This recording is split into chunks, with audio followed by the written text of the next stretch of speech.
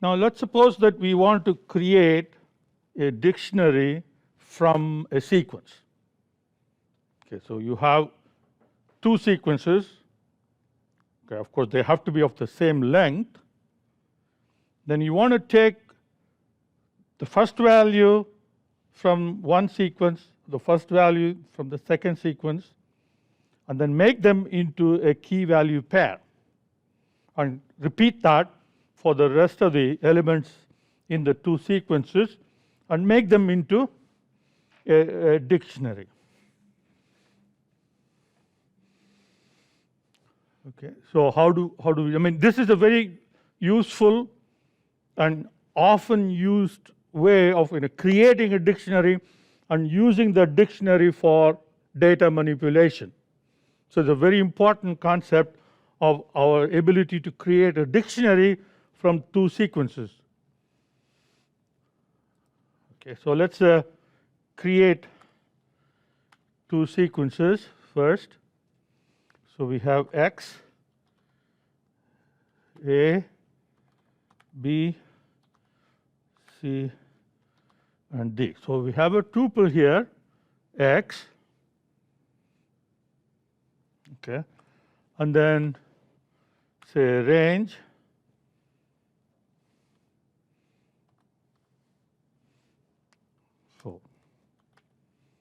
so if you print X and K, you see that X is A, B, C, D, and range is a generator, values going from 0 up to 3. So there are 4 values. There are 4 numbers in the range, and there are 4 letters in X, equal length of 2 sequences. Now we want to combine the 2 and make that into a dictionary. Okay, suppose we did this.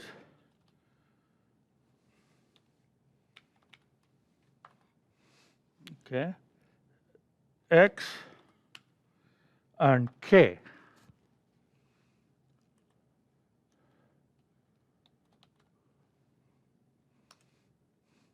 Okay, now this has created a dictionary, but this is not the dictionary that we wanted.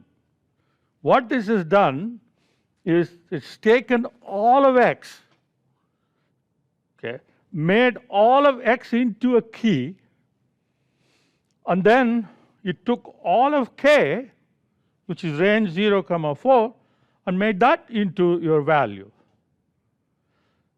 That's not what we wanted. What we wanted was we wanted to take each element, corresponding element from one sequence and the other sequence, and pair them into key value sequence. So we wanted a dictionary with 4 keys, A, B, C, D, and then corresponding with those A, B, C, and D, we wanted a particular value 0, 1, 2, and 3. Instead, when you do this way, the entire X is taken as a key, and the entire K is taken as a value in this dictionary. So this is not going to work. So what we need to do is to pair them up. And we did do this pairing before, and that is zip. So zip takes 2 sequences and it pairs corresponding elements, okay, into tuples, which is exactly what we want. So what we can do here is first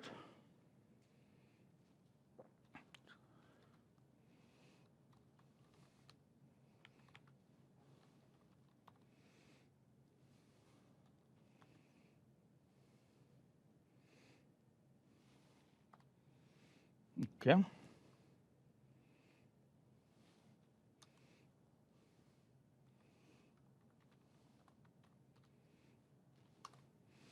So now when we, so the bound pairs, so you're now binding corresponding elements into pairs, and we have saved it as bound pairs, which is a zipped element, so you can't see what's inside. Okay.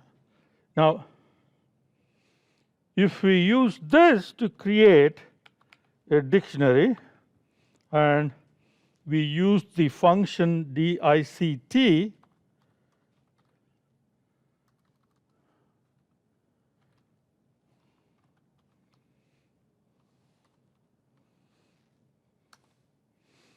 now you see that the dictionary gets created the way we want it.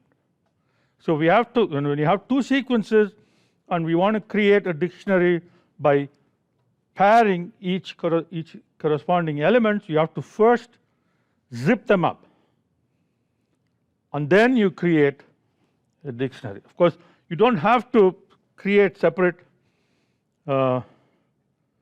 variable for zip, so you can do this in one go. D3 equal to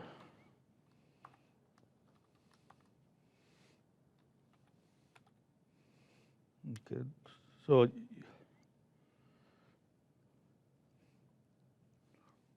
you can do it this way too. This is the way you'll usually do, because you don't have to create a separate zipped object. You can code that into one single line, so then that will create your dictionary.